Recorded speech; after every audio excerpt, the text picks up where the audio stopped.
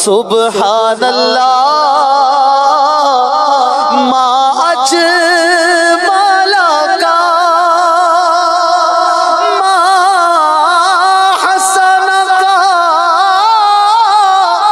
ما اکمل کا۔ نحمدہ ونصلی علی رسولہ النبی الکریم الامین، اما بعد فاعوذ باللہ السمیع العلیم من الشیطان الرجیم، بسم اللہ الرحمن الرحیم۔ قال اللہ تبارک و تعالی فی القرآن الحکیم، ان اللہ وملائکتہ یصلون علی النبی یا ایہا الذین آمنوا صلوا علیہ وسلموا تسلیما۔ الصلاۃ والسلام علیک یا رسول اللہ وعلی آلک واصحابک یا نبی اللہ۔ اللہ تعالیٰ کی حمد و ثنا، سرور کونین جان دو عالم وجہ تخلیق کائنات حضرت محمد مصطفیٰ صلی اللہ علیہ وآلہ وسلم اور آپ کے جمیع آل و اصحاب کی بارگاہ ناز میں درود و سلام کے نذرانوں کے بعد، انتہائی عزت اور احترام کے لائق سامعین ذی وقار، میرے دینی اور یقینی دوستوں، بزرگوں اور بھائیوں، نبی مکرم سرور کونین حضرت محمد مصطفیٰ صلی اللہ علیہ وسلم کی سیرت مبارکہ کے حوالے سے ہمارے دروس کا سلسلہ جاری ہے، اور آج اگلے درس اور اگلے واقعات کو لے کر حاضر خدمت ہیں۔ نبی کریم صلی اللہ علیہ وآلہ وسلم کے متعلق آپ نے سماعت فرمایا کہ آپ جب غزوہ تبوک کے لیے روانہ ہوئے اور ایک طویل سفر کے بعد آپ نے تبوک کے مقام پر پڑاؤ ڈالا، تو یہاں پر آپ صلی اللہ علیہ وآلہ وسلم نے ایک بہت ہی خوبصورت، بڑا ہی جامع قسم کا خطبہ ارشاد فرمایا، اور آج اس خطبے کے حوالے سے گفتگو ہوگی۔ اس خطبے میں نبی کریم صلی اللہ علیہ وسلم نے ویسے تو یہ خطاب صحابہ کرام سے فرمایا، لیکن قیامت تک کے مسلمانوں کے لیے ایک منشور مہیا کیا۔ خطبہ سماعت فرمائیے، غزوہ تبوک کے لیے روانگی ہو چکی تھی، اور خطبہ تبوک اس کو کہا جاتا ہے۔ تبوک کے مقام پر نبی کریم صلی اللہ علیہ وسلم نے پہلی بات کیا فرمائی؟ آپ نے فرمایا فَإِنَّ أَصْدَقَ الْحَدِيثِ كِتَابُ اللَّهِ وَأَوْثَقُ الْعُرَى كَلِمَةُ التَّقْوَى وَخَيْرُ الْمِلَلِ مِلَّةُ إِبْرَاهِيمَ وَخَيْرُ السُّنَنِ سُنَّةُ مُحَمَّدٍ وَأَشْرَفُ الْحَدِيثِ ذِكْرُ اللَّهِ وَأَحْسَنُ الْقَصَصِ هَذَا الْقُرْآنُ وَخَيْرُ الْأُمُورِ عَوَازِمُهَا وَشَرُّ الْأُمُورِ مُحْدَثَاتُهَا وَأَحْسَنُ الْهَدْيِ هَدْيُ الْأَنْبِيَاءِ وَأَشْرَفُ الْمَوْتِ قَتْلُ الشُّهَدَاءِ وَعَامَ الْعَمَى الضَّلَالَةُ بَعْدَ الْهُدَى وَخَيْرُ الْأَعْمَالِ مَا نَفَعَ وَخَيْرُ الْهُدَى مَا اتُّبِعَ وَشَرُّ الْأَعْمَى عَمَى الْقَلْبِ۔ ترجمہ سماعت کیجئے کہ سب سے زیادہ سچی بات اللہ تعالیٰ کے قرآن کی بات ہے، سب سے مضبوط سہارا کلمہ تقوی ہے، سب سے بہتر ملت ابراہیمی ہے، سب طریقوں سے بہترین طریقہ خدا کے رسول حضرت محمد صلی اللہ علیہ وآلہ وسلم کا طریقہ ہے، تمام باتوں میں بہتر بات اللہ تعالیٰ کا ذکر ہے، سب قصوں میں بہتر، سب سے بہترین قرآن کریم ہے۔ بہترین کام وہ ہے جو انسان پوری تندہی کے ساتھ کرے، غور و فکر کے ساتھ کرے، دل جمعی کے ساتھ کرے اور عزم راسخ کے ساتھ کرے، اور بدترین کام وہ ہے جو دین خدا میں از خود وضع کر لیے جائیں، یعنی جس کو بدعات کہتے ہیں، از خود بدعات کا معاملہ شروع کر دیا جائے۔ وَأَحْسَنُ الْحَدْيِ هَدْيُ الْأَنْبِيَاءِ، تمام راہوں میں سب سے بہترین راستہ انبیاء علیہم السلام کا راستہ ہے، اور سب سے بہتر موت جام شہادت پینا ہے، سب سے برا نابینا ہونا، دل کا نابینا ہونا اور ہدایت کے بعد گمراہی ہے۔ بہترین عمل وہ ہے جو نفع دے، بہترین ہدایت وہ ہے جس پر عمل کیا جائے، بدترین اندھا پن نابینا ہونا، دل کا اندھا ہونا ہے۔ وَالْيَدُ الْعُلْيَا خَيْرٌ مِّنَ الْيَدِ السُّفْلَىٰ، اوپر والا ہاتھ نیچے والے ہاتھ سے بہتر ہے، یعنی دینے والے بنو، لینے والے نہ بنو۔ وَمَا قَلَّ وَكَفَىٰ خَيْرٌ مِّمَّا قَصَرُ الْحَا، جو چیز کم ہو کافی ہے، اس چیز سے جو تمہیں زیادہ ملے لیکن تمہیں غافل کرنے والی ہو. تھوڑی چیز جو ملے وہ تمہارے لیے مناسب ہے، بہتر ہے بنسبت اس کے کہ جو چیز زیادہ ہو اور غفلت میں ڈال دے. بدترین معذرت موت کے وقت کی معذرت ہے، یعنی انسان کو اس وقت شرمندگی ہو جب اس نے ساری زندگی اللہ کی نافرمانیوں میں گزار دی، اب معذرت کر رہا ہے تو اس معذرت کا کیا فائدہ، اب تو آخری حالت ہے. وشر المعذرت حین یحضر الموت وشر الندامت یوم القیامت، اور بہترین ندامت شرمندگی قیامت کے دن کی شرمندگی ہے. اور آپ صلی اللہ علیہ وسلم نے فرمایا وَمِنَ النَّاسِ مَن لَا يَعْتِ الْجُمْعَةَ إِلَّا دُبُرًا وَمِنْهُمْ مَن لَا يَذْكُرُ اللَّهَ إِلَّا هُجْرًا. سنو، بعض ایسے لوگ ہیں جو بہت دیر کر کے جمعے کے لیے آتے ہیں، یعنی جمعے کے لیے دیر سے مسجد میں پہنچتے ہیں. ان میں سے بعض ایسے بھی ہیں جو خدا کا ذکر لا تعلقی کے ساتھ کرتے ہیں، یعنی غافل دل کے ساتھ کرتے ہیں. اور آگے ارشاد فرمایا وَمِنْ أَعْظَمِ الْخَطَايَا اللِّسَانُ الْكَذَّابُ، بڑے گناہوں میں سے ایک گناہ جھوٹی زبان بھی ہے، انسان سے بڑا گناہ کرواتی، یعنی وہ زبان سے جھوٹ بولتا ہے. وَخَيْرُ الْغِنَى غِنَى النَّفْسِ، بہترین غنی ہونا دل کا غنی ہونا ہے. اور آپ نے فرمایا وَخَيْرُ الذَّاتِ التَّقْوَى، اصل کارآمد توشہ، یعنی بہترین سامان جو انسان آخرت کے لیے لے کر جائے گا وہ تقوی ہے. وَرَأْسُ الْحِكْمَةِ مَخَافَةُ اللَّهِ، دانائیوں کا سرتاج یعنی دانائیوں کا تاج جو ہے وہ اللہ کا ڈر ہے. وَخَيْرُ مَا وَقَّرَ فِي الْقُلُوبِ الْيَقِينُ، دلوں کی سب سے پسندیدہ چیز جو ہے وہ یقین ہے. وَالْاِرْتِيَابُ مِنَ الْكُفْرِ، اور شک کفر کا ایک جزو ہے، یعنی شک کرنا اللہ رسول پر یہ کفر کا ایک جزو ہے. وَالنِّيَاحَةُ مِنْ أَعْمَالِ الْجَاهِلِيَّةِ، اور رونا چیخنا چلانا میت کے لیے یہ جاہلیت کے اعمال میں سے ہے، جو کفار کی عادات و اطوار تھے یہ ان میں سے ہے. اور فرمایا والغلول من حر جہنم، خیانت دوزخ کی آگ ہے. والسکر قی من النار، شراب کا پینا دوزخ کی آگ سے داغے جانے کے مترادف ہے. والشعر من ابلیس، برے شعر ابلیس کی طرف سے ہیں. میں نے برے شعر اس لیے کہا کہ نبی کریم صلی اللہ علیہ وسلم کے سامنے آپ کی مدح بھی کی جاتی تھی اشعار کی صورت میں، تو آپ صلی اللہ علیہ وسلم اس کو پسند فرماتے تھے.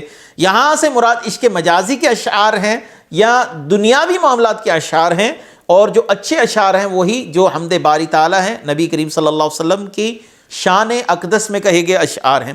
تو یہاں پر ہے والشعر من ابلیس، برے اشعار یا دور جاہلیت کے کہے جانے والے اشعار ابلیس کی طرف سے ہیں.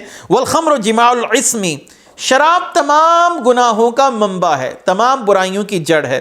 وشر المأکل مال الیتیم، سب سے برا مال یتیم کا مال ہے جو انسان کھاتا ہے، یعنی کسی یتیم کا مال ہڑپ کر گیا. والسعید من وعظ بغیرہ، سعادت مند انسان وہ ہے جو دوسروں سے نصیحت حاصل کرے. والشقی من شقی فی بطن امہ، اور بد نصیب انسان ہے وہ جو ماں کے پیٹ میں ہی برا لکھ دیا گیا ہو، یعنی اللہ نے اپنے علم سے جان لیا کہ یہ دنیا میں ہی جا کر برے اعمال کرے گا. وَإِنَّمَا يَصِيرُ أَحَدُكُمْ إِلَّا مَوْضِعِ أَرْبَعَةٍ أَزْرُعٍ وَالْأَمْرُ إِلَى الْآخِرَةِ مَلَاكُ الْعَمْلِ خَوَاتِمُهُ وَشَرُّ الرُّؤْيَا رُؤْيَا الْكَذِبِ وَكُلُّ مَا هُوَعَةٍ قَرِيبٌ. آپ نے فرمایا تم میں سے ہر ایک کو 4 ہاتھ کے گڑھے میں جانا ہے، یعنی قبر میں جانا ہے، اور معاملہ آخرت پر منحصر ہوگا، اعمال کا دار و مدار انجام پر ہے. سب سے برا خواب جھوٹا خواب ہے، ہر آنے والی چیز قریب ہے. مومن کو گالی دینا، آپ نے فرمایا سباب المؤمن فسوق، مومن کو گالی دینا یہ فسق ہے. وقتالہ کفر، اور اسے قتل کرنا یہ کفر ہے، یعنی جائز اور مباح سمجھ کر کسی مسلمان کو یہ سوچ کے قتل کرنا کہ یہ کلمہ گو ہے اس وجہ سے اس کو مارا جا رہا ہے تو یہ کفر ہے. ویسے حکومت کی طرف سے اگر کسی شخص کے لیے سزا تجویز کر دی جائے، حدود وغیرہ کا معاملہ ہو جائے، تو یہ اس کفر کی طرف اشارہ نہیں ہے. یہ ہے کہ کسی نے کسی مسلمان بھائی کو مار دیا اور یہ سمجھ کے مارا کہ یہ کلمہ گو ہے اور کلمے کی وجہ سے، یہ مسلمان ہونے کی وجہ سے مارا گیا تو یہ کفر ہے. یا کسی نے حلال سمجھتے ہوئے مارا تو یہ کفر ہے. یہ تھوڑا سا تفصیل والا معاملہ تھا. اور آگے ارشاد فرمایا کہ اکل اللحمہ من معصیت اللہ، اس کا گوشت کھانا یعنی اس کی غیبت کرنا خدا کی نافرمانی ہے۔ وحرمت مالہ کا حرمت دمہ، اس کے مال کی حرمت اس کے خون کے حرمت کی طرح ہے۔ اور من یتعلی علی اللہ یکذبہ، جو اللہ کے مقابلے میں کسی کی قسم کھائے اللہ تعالیٰ اس کو جھٹلائے گا، اور جو دوسروں کی خطائیں بخش دے، ومن یغفر یغفر لہ، جو دوسروں کو معاف کر دے اللہ اس کو معاف فرمائے گا۔ اس سے ملتی جلتی وہی حدیث مبارکہ ہے کہ جو دوسروں پر رحم نہیں کھاتا اللہ تعالیٰ اس پر رحم نہیں کھاتا۔ وَمَن يَعْفُ يَعْفُ اللَّهُ عَنْهُ، اور جو دوسروں کو معاف کرے اللہ اس کو معاف فرمائے گا۔ وَمَن يَكْظِمِ الْغَيْظَ يَأْجُرُهُ اللَّهُ، جو غصہ پی جائے اللہ اس کا اجر دے گا۔ جو مصیبت پر صبر کرے اللہ اس کا بدلہ دے گا۔ جو سنی سنائی باتیں آگے پھیلائے تو اللہ تعالیٰ اس کو رسوا فرمائے گا۔ جو شخص صبر ظاہر کرے مصنوعی طور پر، یعنی دکھانے کے لیے میں بڑا صابر ہوں، تو اللہ تعالیٰ اس کی تکلیف کو بڑھا دے گا۔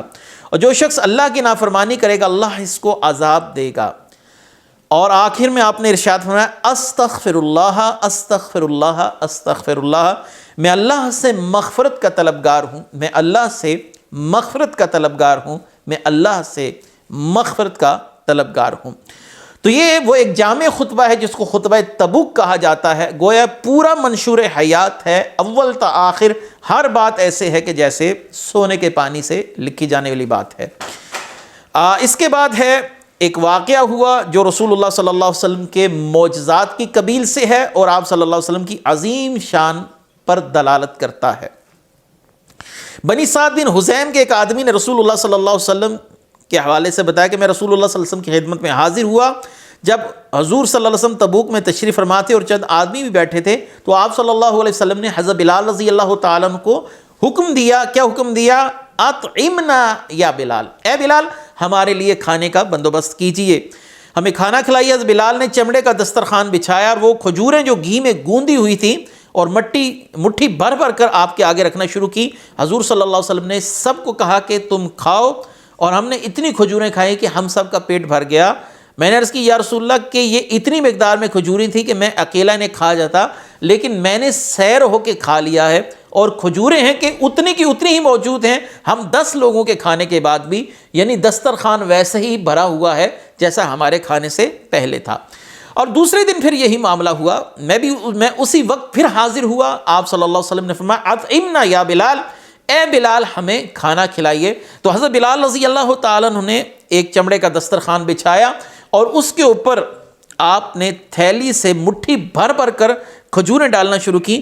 وہ کھجوریں نکالتے گئے۔ آپ صلی اللہ علیہ وسلم نے ارشاد فرمایا اے بلال کھجوریں نکالتے جاؤ، عرش کے مالک سے یہ اندیشہ مت کرو کہ کھجوریں کم ہو جائیں گی۔ آپ ایک اور بوری لائے اور اس کو انڈیل دیا۔ میں نے اندازہ لگایا کہ وہ 2 مد، یہ ایک پیمانہ ہے کہ اتنی کھجوریں تھیں۔ سرکار دو عالم صلی اللہ علیہ وسلم نے اپنا دست اقدس ان مبارک کھجوروں پر رکھا اور اللہ تعالیٰ کا نام لے کر کھانا شروع کیا۔ سب حاضرین نے خوب سیر ہو کے کھانا کھایا۔ اس کے باوجود دسترخوان پر اتنی کھجوریں موجود رہیں جتنا کہ کھانے سے پہلے تھیں، حضرت بلال رضی اللہ تعالیٰ نے جتنی بکھیری تھی۔ یوں معلوم ہوتا تھا کہ ایک بھی دانہ ان کھجوروں سے نہیں کھایا گیا، حتیٰ کہ 10 لوگ کھا چکے، اور سعد بن حزیم قبیلے کے فرد کا کہنا ہے کہ میں بھی کھا چکا۔ آپ صلی اللہ علیہ وسلم نے بھی تناول فرمایا، لیکن کھانا ویسے کا ویسا ہی رہا جیسا کہ پہلے موجود تھا۔ اور تیسرے دن پھر یہی واقعہ پھر دوبارہ ہوا کہ وہی معاملہ ہوا۔ آپ صلی اللہ علیہ وسلم نے فرمایا یا بلال اطعمنا، ہمیں کھانا کھلائیے۔ ویسے ہی دسترخوان بچھایا گیا، ویسے ہی کھجوریں انڈیلی گئیں، لیکن کھجوروں کی تعداد میں قطعاً کوئی کمی نہ آئی۔ ہم نے 3 دن ایک ہی تھیلے سے کھجوریں کھائیں، اور 3 دن کے بعد وہ تھیلا ویسے کا ویسا ہی بھرا ہوا تھا۔ یہ آپ صلی اللہ علیہ وسلم کی عظیم شان ہے، آپ کا معجزہ ہے، اللہ نے آپ کے لیے چیزوں میں برکت پیدا فرما دی۔ تبوک کے مقام پر ابھی صحابہ کرام صلی اللہ علیہ وسلم کے ساتھ ہی آپ صلی اللہ علیہ وسلم موجود ہیں، تو ایک شدید آندھی کا، جس کو کہتے ہیں تپیڑا آنا، اور شدید آندھی جو ہے وہ چلی، اور اس شدید آندھی کے چلنے کے دوران ہی رسول اللہ صلی اللہ علیہ وسلم نے کیا ارشاد فرمایا کہ بہت بڑا منافق تھا جو مر گیا ہے، اور یہ اس کے مرنے پر جو ہے وہ آندھی چلی ہے۔ تو صحابہ کہتے ہیں جب ہم مدینے میں واپس لوٹے تو اس بات کی تصدیق ہو گئی کہ مدینے میں ایک بہت بڑے منافق کا مرنا ہوا ہے، یا ایک منافق جو ہے وہ فوت ہو گیا ہے۔ ایک اور معجزہ اسی مقام پر نبی کریم صلی اللہ علیہ وآلہ وسلم کے پاس سعد بن حزیم قبیلے کے کچھ لوگ آئے اور گزارش کی، یا رسول اللہ صلی اللہ علیہ وسلم ہم اپنے اہل و عیال کے ساتھ ایک کنویں کے گرد پڑاؤ ڈالے ہوئے ہیں۔ یعنی اس دور کے اندر ایسی جگہوں کے اوپر پڑاؤ ڈالا جاتا تھا جہاں پر پانی موجود ہو، وہیں پر آبادی کے آثار ملتے تھے، اور عرب لوگ ایک جگہ چھوڑ کر دوسری جگہ جو جاتے تھے اس کا بنیادی طور پر معاملہ بھی پانی ہی تھا، یعنی پانی کی وجہ سے ایک جگہ سے دوسری جگہ منتقل ہونا۔ تو قبیلہ سعد بن حزیم کے لوگوں نے کہا یا رسول اللہ ہم اپنے اہل و عیال کے ساتھ، اور یہ معجزہ بھی اسی مقام پر ہوا جہاں پر آپ صلی اللہ علیہ وسلم نے پڑاؤ ڈال رکھا ہے۔ یا رسول اللہ صلی اللہ علیہ وآلہ وسلم ہم اپنے اہل و عیال اور اقربا کے ساتھ ایک کنویں پر رہائش پذیر ہیں، یعنی کنویں کے ارد گرد ہم نے اپنے خیمے گاڑ رکھے ہیں۔ اب یہ ہے کہ اس کنویں سے پانی خشک ہو رہا ہے اور ہمارے لیے مسئلہ بڑھتا جا رہا ہے، آپ ہمارے لیے دعائے برکت فرمائیے تاکہ ہم وہیں پر رہیں، اور ہم آپ سے وعدہ کرتے ہیں کہ اس کے بعد ہم وہاں سے کفار کا گزر نہیں ہونے دیں گے جس جگہ پر ہمارا پڑاؤ ہوگا۔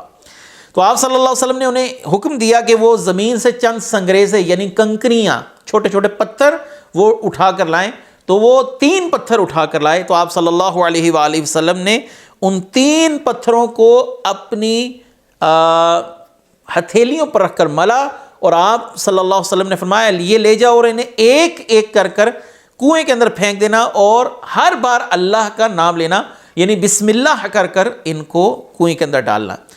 وہ لوگ کہتے ہیں کہ جب ہم واپس آئے اور ان 3 کنکریوں کو ہم نے حسب حکم آپ صلی اللہ علیہ وسلم کے ایک ایک کر کر اس کنویں کے اندر ڈالا، تو اس کنویں سے پانی ایسے ابل پڑا کہ جیسے ابھی باہر نکل آئے گا، اور ہم پانی کے معاملے میں مستغنی ہو گئے۔ وہاں پر جتنے مشرکین آباد تھے، اس قبیلے سعد بن حزیم نے حسب وعدہ ان کفار کو وہاں سے بھگا دیا، اور وہ جگہ مسلمانوں کی آماجگاہ بن گئی، مسلمانوں کی رہائش گاہ بنی۔ نبی کریم صلی اللہ علیہ وآلہ وسلم کا معمول مبارک تھا کہ آپ رات کو تہجد کے وقت اٹھتے اور مسواک فرماتے، اور مسواک کرنے کے بعد آپ نماز تہجد جو تھی وہ ادا کرتے۔ تو تبوک میں بھی نبی کریم صلی اللہ علیہ وسلم کا یہی معاملہ رہا۔ ایک رات آپ صلی اللہ علیہ وسلم بیدار ہوئے، مسواک کی، وضو فرمایا، نماز تہجد ادا کی، اور اس سے فراغت کے بعد آپ صلی اللہ علیہ وسلم حاضرین کی طرف متوجہ ہوئے، اور آپ نے فرمایا آج رات مجھے اللہ تعالیٰ نے ایسی 5 چیزوں سے نوازا ہے جو مجھ سے پہلے کسی اور کو اللہ نے عطا نہیں فرمائی۔ وہ 5 چیزیں کیا ہیں؟ آپ صلی اللہ علیہ وسلم نے فرمایا مجھ سے پہلے انبیاء سابقین کو ایک خاص قوم، خاص علاقے اور خاص گروہ یا قبیلہ کی طرف جو ہے وہ مبعوث کیا جاتا تھا۔ اللہ تعالیٰ نے مجھ محمد کو تمام بنی نوع انسان کی طرف رہنمائی کے لیے مبعوث فرمایا ہے۔ اچھا، دوسرا انعام کیا ہے؟ پہلی اقوام جو تھیں وہ عبادت کے لیے عبادت گاہوں کا رخ کرتی اور وہاں جا کر عبادت کرتی، لیکن آپ صلی اللہ علیہ وسلم نے فرمایا میرے لیے ساری روئے زمین کو سجدہ کا بنا دیا گیا ہے، اور جب بھی نماز کا وقت آئے جہاں بھی ہوں قبلہ روح ہو کر اپنے رب کو سجدہ کر لیتا ہوں۔ مجھ سے پہلے تمام اقوام اپنی مخصوص عبادت گاہوں میں عبادت کیا کرتی تھی۔ یہ مسلمانوں کے لیے بڑی آسانی ہوئی کہ اللہ تعالیٰ نے بڑا فضل کیا، کرم فرمایا کہ ایسی صورتحال بھی بن سکتی ہے کہ کہیں مساجد موجود نہ ہو تو آپ کسی پاک جگہ پر نماز پڑھ سکتے ہیں، سفر میں آپ راستے میں کسی جگہ پر بھی نماز پڑھ سکتے ہیں۔ تیسرا یہ ہے کہ رسول اللہ صلی اللہ علیہ وسلم نے فرمایا کہ پانی نہ ملنے پر میری امت کو تیمم کی نعمت اللہ تعالیٰ نے عطا فرمائی۔ یہ بہت بڑی سعادت ہے اس امت کے لیے کہ تیمم کرنے کا اللہ تعالیٰ نے حکم دیا۔ چوتھا یہ کہ آپ صلی اللہ علیہ وسلم نے فرمایا کہ مال غنیمت کو میرے لیے حلال کر دیا گیا، حالانکہ مجھ سے پہلے مال غنیمت کو استعمال کرنا ممنوع قرار دیا گیا تھا۔ پہلے کو اقوام مال غنیمت نہیں رکھتی تھی، ایک بلند پہاڑی پر مال غنیمت کو رکھ دیا جاتا اور آسمان سے ایک آگ ظاہر ہوتی اور مال غنیمت کو جلا دیتی، مال غنیمت جو تھا وہ بسم ہو جاتا، جل جاتا۔ لیکن اللہ نے اس امت سے کہا فَكُلُوا مِمَّا غَنِمْتُمْ حَلَالًا طَيِّبًا، جو اللہ نے تمہیں غنیمتیں دی ہیں وہ تمہارے لیے حلال اور طیب ہیں، ان کو کھاؤ، ان سے استفادہ کرو۔ اور پانچویں چیز آپ صلی اللہ علیہ وسلم نے فرمایا ہی ما ہیا، یا رسول اللہ یہ کیا چیز آپ نے فرمایا کہ اللہ تعالیٰ نے مجھے کہا کہ میں سوال کروں۔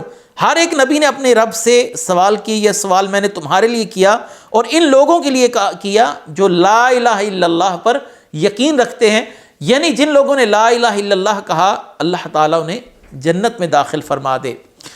نبی کریم صلی اللہ علیہ وسلم نے اسی مقام پر پڑاؤ ڈالتے ہوئے ہرقل کے نام پر ایک خط لکھنے کا ارادہ فرمایا اور آپ نے خط لکھا۔ یہ جو خط ہے اس کو لے جانے کے لیے آپ صلی اللہ علیہ وآلہ وسلم نے اعلان کیا کہ جو شخص بھی یہ خط لے کر ہرقل کے پاس جائے گا وہ اہل جنت سے ہوگا۔ اور صحابی رسول داہیہ کلبی رضی اللہ تعالیٰ عنہ فرمانے لگے یا رسول اللہ صلی اللہ علیہ وسلم، اگرچہ وہ ہماری دعوت کو قبول نہ کرے، اگرچہ وہ آپ کے خط مبارک کو چاک کر دے، اگرچہ وہ مجھے ویسے ہی واپس بھیج دے، یعنی ہمیں مطلوبہ مقاصد حاصل نہ ہو اس خط کے ذریعے، تو پھر بھی کیا اللہ تعالیٰ ہمیں جنت عطا فرمائے گا؟ آپ صلی اللہ علیہ وسلم نے فرمایا بے شک اللہ تعالیٰ تمہیں جنت عطا فرمائے گا۔ اور پھر یہ ہرقل کے پاس پہنچے اور ہرقل کو خط دیا۔ ہرقل نے آگے سے کیا جواب دیا؟ ہرقل نے خط لینے کے بعد یہ جواب دیا کہ میں رسول اللہ صلی اللہ علیہ وسلم کو مانتا ہوں اور فقط اپنی قوم کے خوف سے آپ کے اعلان نبوت کرنے کے بعد آپ پر ایمان لانے کا اعلان نہیں کرتا، اللہ کی وحدانیت کا اقرار نہیں کرتا۔ تو داہیہ کلبی کہتے ہیں جب میں واپس آیا اور میں نے رسول اللہ صلی اللہ علیہ وسلم کو یہ ساری صورتحال سے آگاہ کیا تو آپ صلی اللہ علیہ وسلم نے فرمایا کہ اس بدبخت نے جھوٹ بولا ہے، اور جو دینار میں نے اسے بھیجے تھے آپ صلی اللہ علیہ وآلہ وسلم کو اس نے دینار بھیجے، اور رسول اللہ صلی اللہ علیہ وسلم نے وہ دینار جو تھے وہ مجاہدین میں تقسیم فرما دیے۔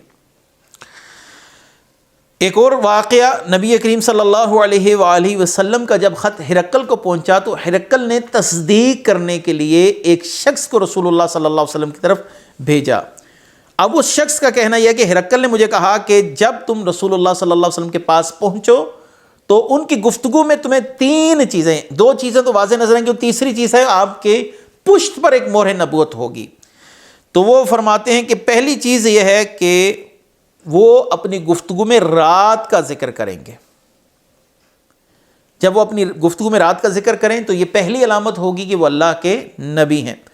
تو لہٰذا رسول اللہ صلی اللہ علیہ وآلہ وسلم کی طرف جب قاصد ہرقل پہنچا تو اس نے سوال کیا کہ زمین و آسمان کا جو طول و عرض ہے وہ بہت زیادہ ہے، تو جب اتنا زیادہ طول و عرض ہے تو پھر جہنم کہاں جائے گی؟ تو آپ صلی اللہ علیہ وسلم نے فرمایا سبحان اللہ، جب رات آتی ہے تو تم بتاؤ کہ دن کہاں جاتا ہے۔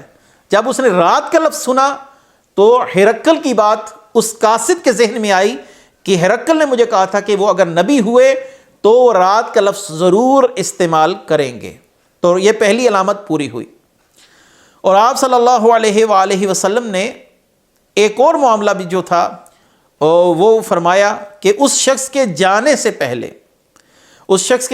پہلے اپنی پشت مبارک سے اپنی قمیص مبارک اٹھا کر کہا یہ علامت بھی دیکھ لو جو تمہیں ہرقل نے کہا تھا، یہ رسول اللہ صلی اللہ علیہ وسلم کی غیب دانی ہے، آپ کے نبی ہونے کا ثبوت ہے کہ آپ نے غیبی خبریں دی ہیں، اور بے عین ہی وہ خبر ویسے ہی تھی کہ آپ نے فرمایا آؤ میری پشت کو دیکھ لو۔